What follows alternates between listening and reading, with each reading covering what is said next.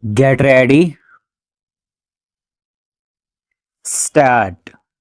Sir, the Essential Commodities Act was passed 5 years ago, and when the minister yesterday came with an amending bill, we expected that he would give us a brief report on the working of this measure for the last few years.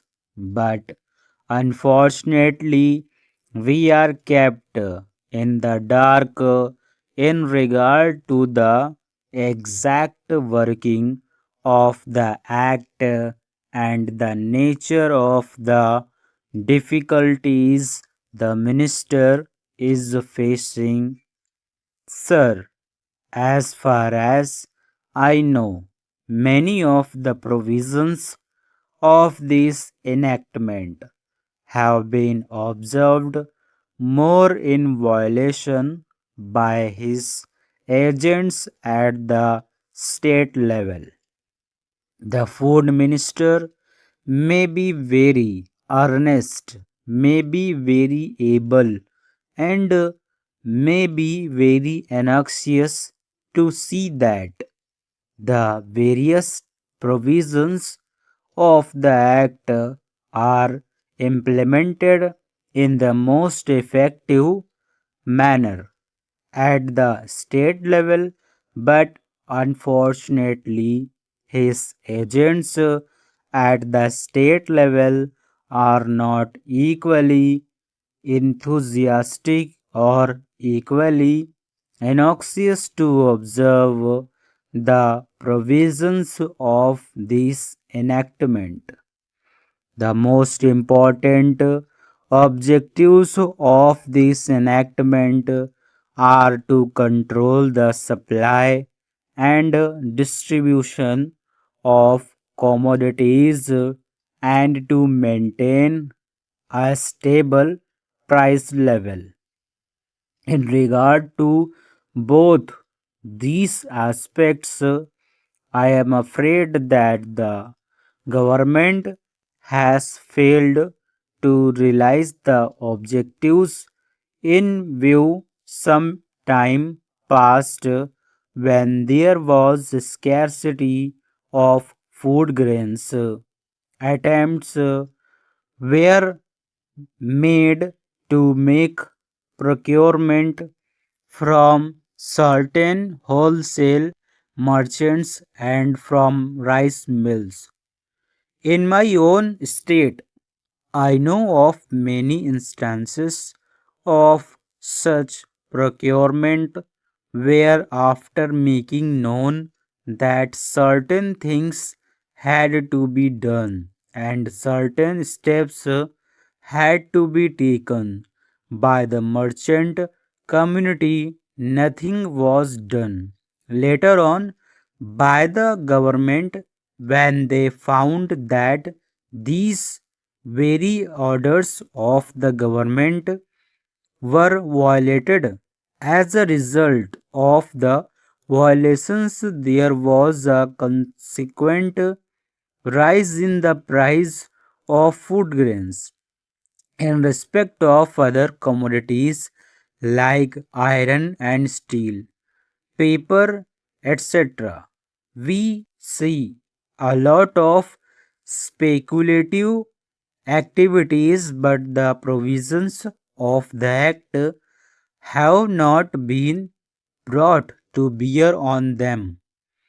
Perhaps no case of prosecution was launched against those people who contravened the various provisions of the Act.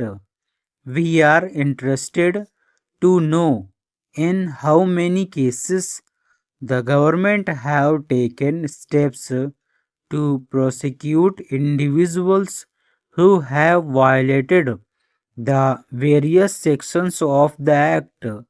The minister said that the powers under the Act were not adequate We sympathize with the food minister, but I want to know what action has been taken in this regard by the various state governments. In regard to the amending provision, I want to know from the minister what would be his difficulty even if minor offences are taken to courts of law. For instance, the Motor Vehicles Act deals with various offences, both major and minor, and various minor offences under the Act are taken to courts and people are prosecuted. What is the difficulty in taking these cases of a minor nature to courts of law? There, the people will have some safety that they will get a hearing, and if the offenses are really offenses, then they would be prosecuted. Otherwise, they will be acquitted. Here, the minister says that there should be a security deposit. If there is a violation of a particular provision of the enactment, then the executive authority will have the power either to confiscate a part of the amount or the whole of the amount. We are clothing the executive authority with more powers. I do not grudge giving powers to the executive authority provided they are used properly and effectively and in a most fair manner. But unfortunately, there have been discriminations apart from the ineffectiveness of the various provisions. Wherever these provisions were used, there had been discriminatory use of these provisions against a few or in favor of a few. Normally, when officers are clothed with more powers, there is large scope for corruption. I feel that it would be desirable to avoid such malpractices, and it would be desirable, I think, that even for minor offenses, the parties should have a chance to defend their actions. I do not think that this problem of dealing with minor offenses will become complex or complicated in any way if we take them to courts of law. I want a reply from the minister in what way he is suffering from a handicap in dealing with minor offenses or offenses of a technical nature. The honorable member made the point that even if this thing was acceptable to the House, he did not know what amount would be demanded as security. So, the minister should tell us what amount is normally expected from a licensee in all cases and what the offenses are which are of a technical or minor nature which he has in view. We are not told which are major offenses and which are minor offenses. Clarifications on these points are necessary.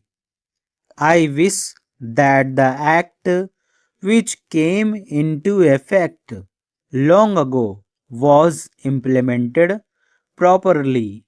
I know that the minister here is very earnest in implementing it, but his colleagues at the state level and at the central level are disappointing him. Full stop.